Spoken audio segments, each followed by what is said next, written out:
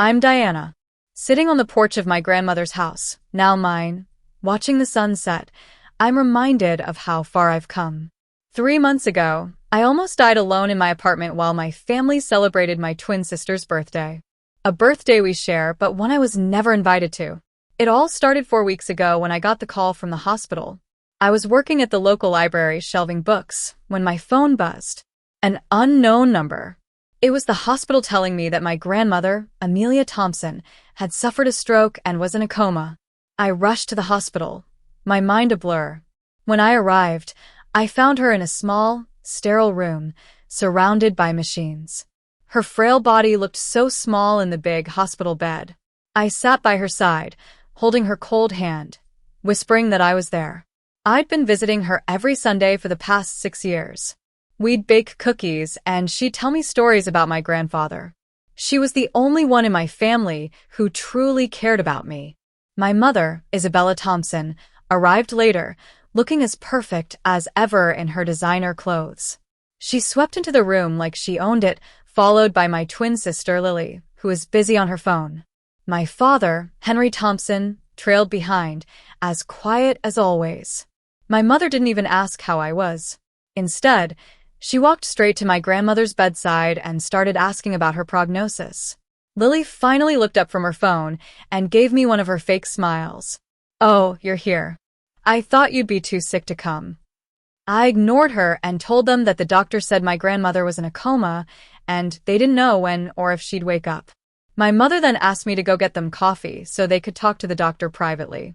I knew they were up to something, so I lingered outside the door and overheard my mother asking about my grandmother's will. It was like a punch in the gut. My grandmother was fighting for her life, and all my mother could think about was money. A few days later, I received a package at my apartment. It was a box of cupcakes from Lily, with a card saying happy birthday. I was suspicious, but part of me wanted to believe that she was trying to make amends. I decided to save the cupcakes for my birthday. On the day of our birthday, I woke up to silence. No calls, no texts, no happy birthday wishes. I checked my phone multiple times, but it was clear that my family had forgotten, or worse, they just didn't care. I opened Instagram and saw Lily's birthday story, filled with pictures of a huge party with hundreds of guests. There was a 3-tiered cake, and everyone looked so happy. I wasn't in any of the pictures, not even mentioned. Desperate for some kind of celebration, I took one of the cupcakes, lit a candle, and sang happy birthday to myself. But as soon as I took a bite, I knew something was wrong. There was a nutty taste, and I realized the cupcakes were made with almond flour. I had a severe almond allergy. Panic set in as I felt my throat start to close. I tried to find my EpiPen, but I'd forgotten to refill it. I managed to call 911, but when the operator asked for my emergency contacts, I laughed bitterly. I had none. And then, to my horror, the operator told me that Lily had called 911 before me, saying that I had a history of exaggerating my allergic reactions and that they shouldn't take it too seriously. I blacked out on my kitchen floor, the half-eaten cupcake lying next to me. When I woke up in the ambulance, a kind paramedic named Ethan told me that Lily had tried to cover up what she'd done.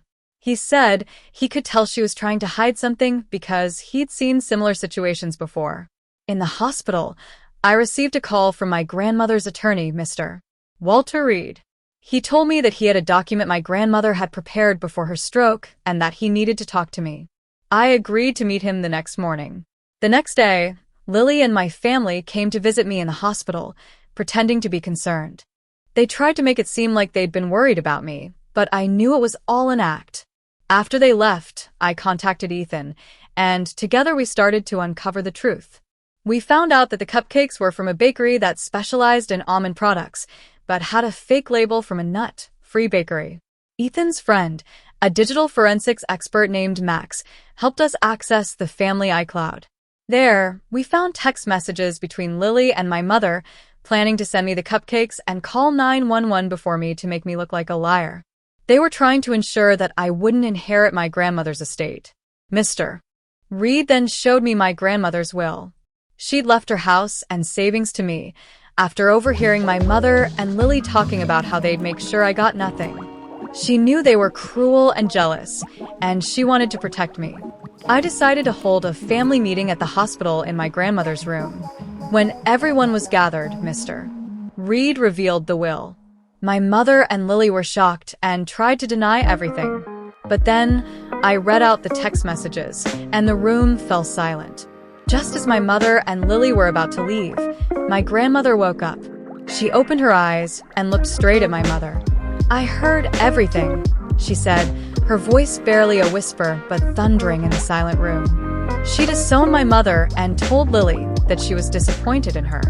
My grandmother's awakening was a turning point.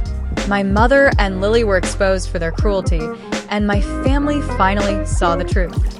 2 weeks later, the police pressed charges against Lily for reckless endangerment and my mother as an accessory.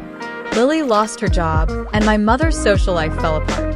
My father, who had always been passive, finally stood up for me. He filed for divorce from my mother and started to build a relationship with me.